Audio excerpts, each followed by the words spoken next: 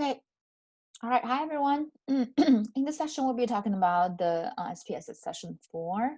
I'll be focusing on hypothesis test for one mean from one population. So this is consistent to what we have just talked about in the section 8.3, hypothesis test for one mean. In general, if you want to compare one population mean with a number, we gotta analyze, compare meanings in one sample t-test. That's typically what we go. Okay.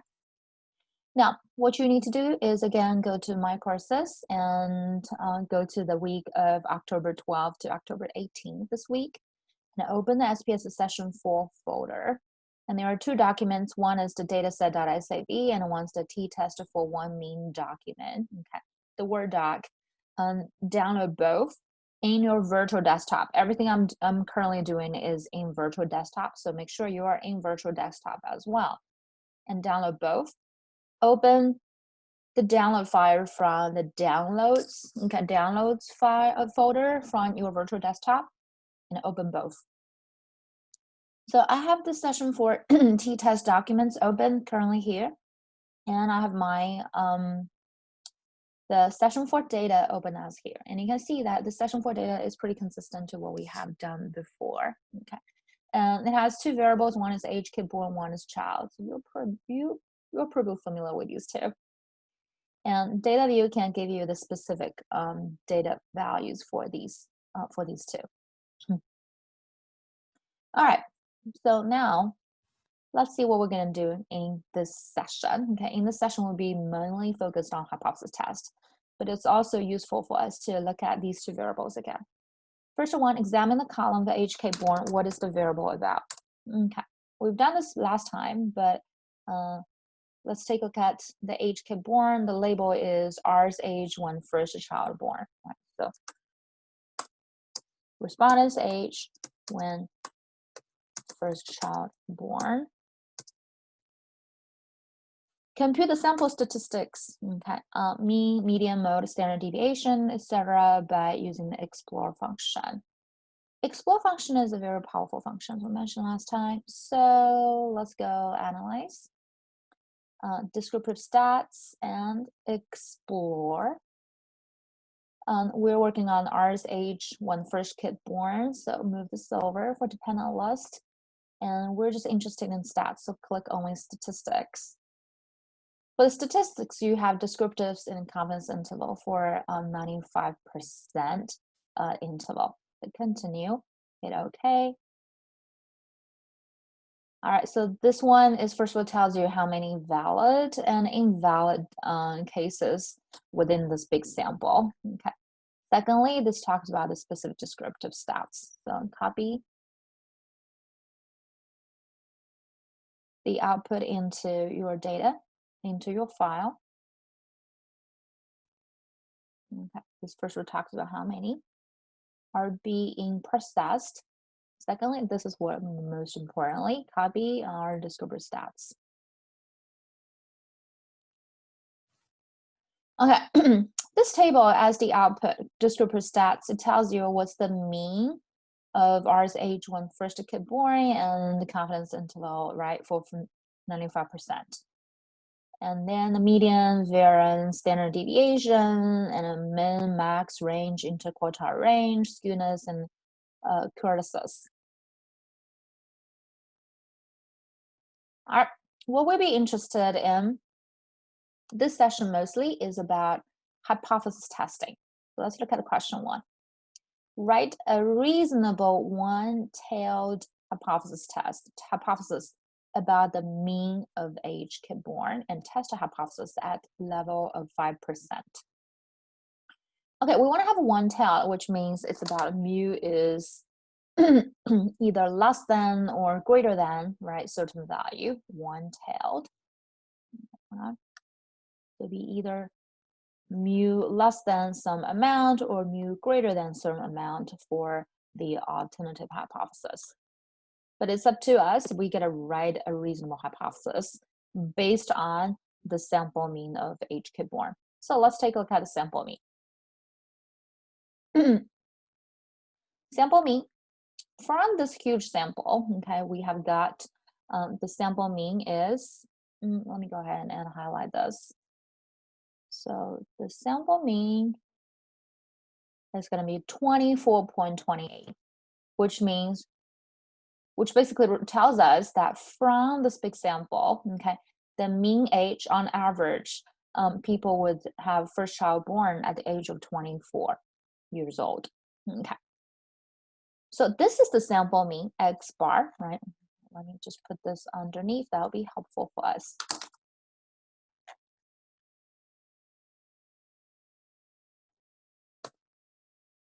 Okay, so sample mean here is 24.28. Okay. So let's try to infer about a population mean. Okay. It will be reasonable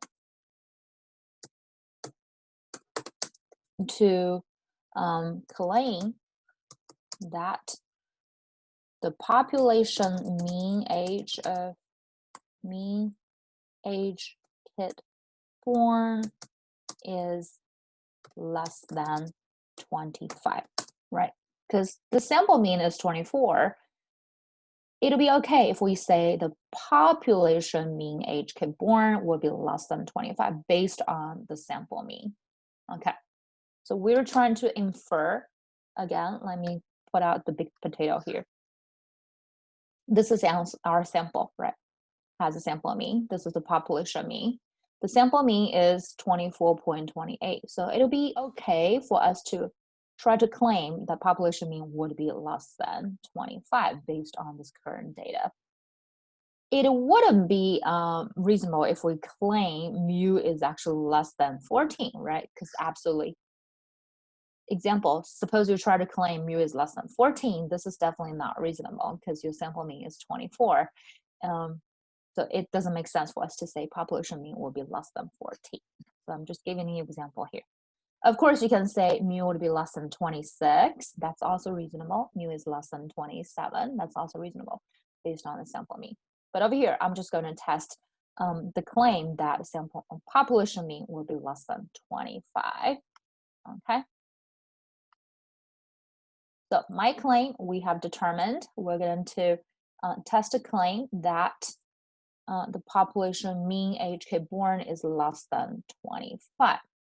So with this in mind, let's go ahead and identify the null and alternative hypothesis. Okay, so H0 is mu. Okay, so you're going to do insert symbol. Insert over here, there's a symbol. Okay, you can go find mu. Yeah, so mu is here. Null is hypothesis is always mu equal to 25, right? Because that's your claim. That's the value occurred in your claim. The alternative will be mu is less than 25. So let's write here. So mu less than 25. Okay. This is a indeed one-tailed test, right? This is gonna be a left-tailed test, as we have seen before. All right, item 2. We're gonna identify the test we're gonna be using. Identifies test. Okay, so this time this is a test about population mean. So we should be considering either z-test or t-test. And we only have sample standard deviation, right, from the sample. So no population standard deviation is given. And sample size n is large enough. So we can use t-test to test the claim. Okay, so we're going to do t-test, right? T-test for the claim.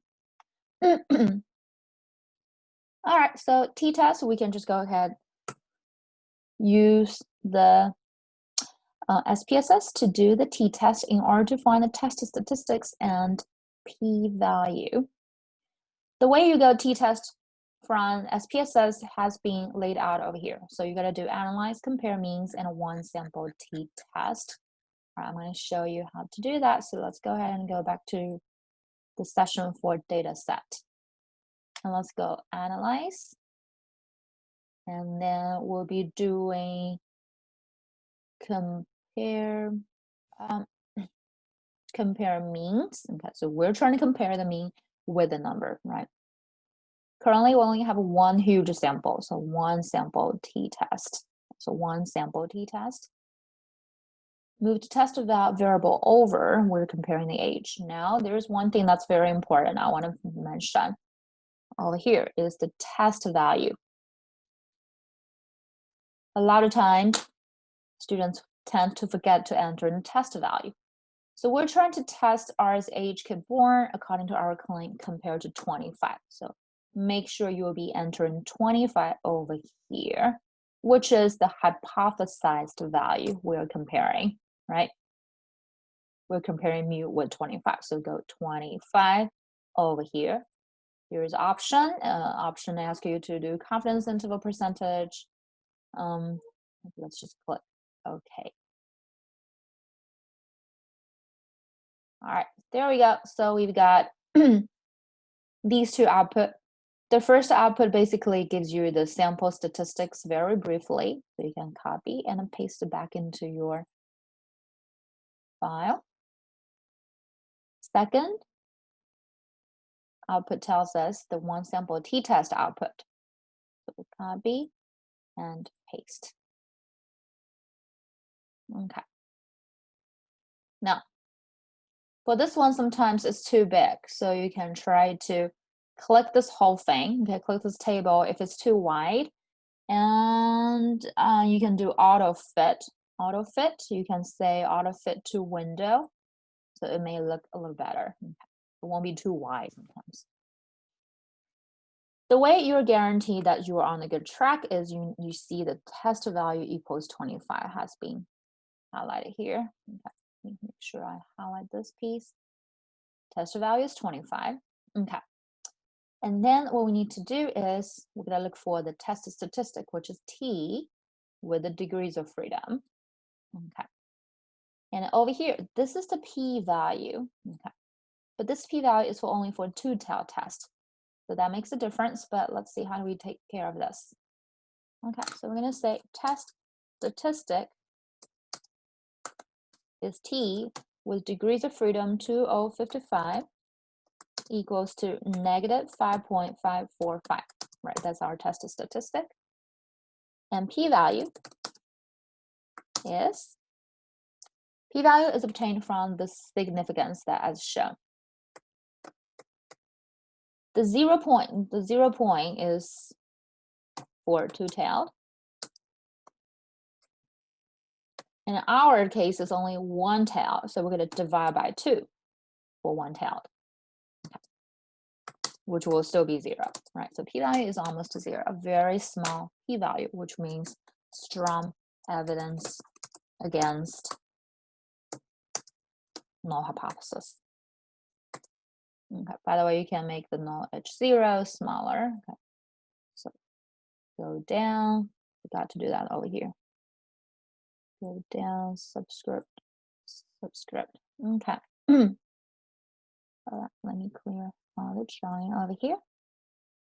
So we've got T test statistic being T, and the p-value is the p-value for two-tailed divided by 2 for one-tailed. Okay, strong evidence against the null hypothesis. We've already got some sense this is strong evidence against null, but let's guarantee the decision is correct. In order to do the decision, we're going to compare the p-value with alpha. The p-value equals to 0, and alpha is 0.05, so it'll be less than 0.05. Okay, so we reject null hypothesis because p is low, null must go. So reject null hypothesis. Which means we're going to accept alternative hypothesis. The alternative will be accepted while null would be rejected. Okay, summarize your conclusion. This is the last step you're going to do for hypothesis testing. So we have strong evidence, so there is sufficient evidence to claim that at alpha, okay, you can actually enter the alpha from the special character. Let's see if we have it. The insert symbol, yes, alpha equals to 0.05, which is the significance level that null has been rejected, so we are accepting alternative. Alternative is mu less than 25, so population mean age kid born is less than 25. I'm going to copy this claim and just paste over here. So our claim has been accepted, basically. Yep. Is it not being copied? Okay, so the population mean age when mean age when first child born is less than 25, and include your p-value. P-value is 0. Okay, this is from your template, and it makes sense for us to say we have enough evidence, right? Enough evidence to claim the meaning of alternative because null has been rejected. Okay. All right. Now, next thing, write a reasonable two-tailed hypothesis about a mean of age kid born and test a hypothesis at alpha equals 0.05. A lot of these could be copy and paste from the previous case. So let's see. Let's try to make our claim first of all.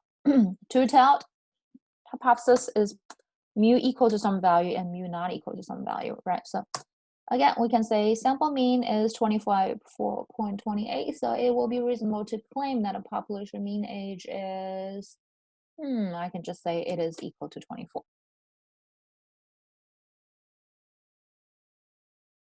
Right. So 24, that's the population mean age when first child was born. Null hypothesis and alternative hypothesis. Okay, again, you can save some time for this. I'm going to copy and paste it here. Save your time for typing.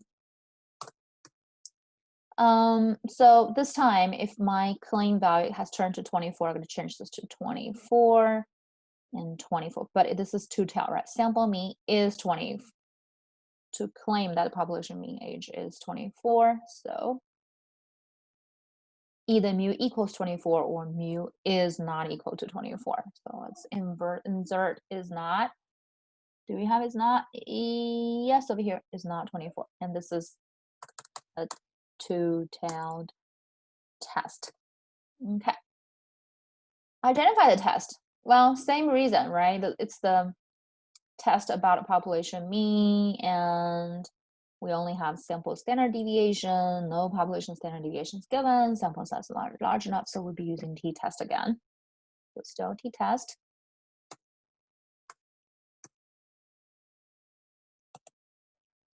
Find the test statistics and a p-value by SPSS. Okay, this time we do have to rework because we have changed our hypothesis amount.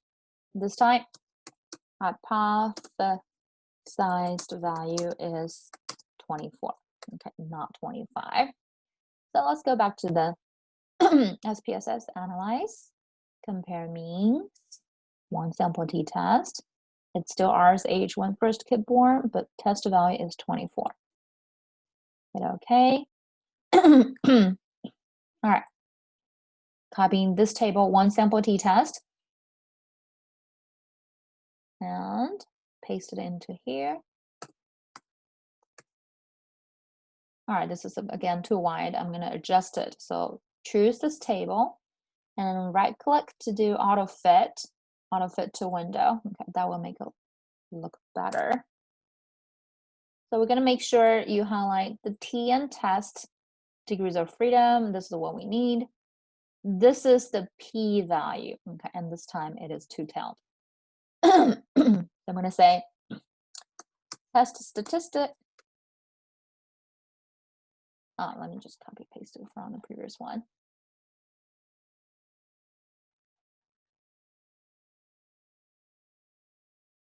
All right, the test statistic is T, but this time, yeah, degrees of freedom is 2055. The T value has changed to 0.117. Also, you can make sure this test value is correct. Is 24?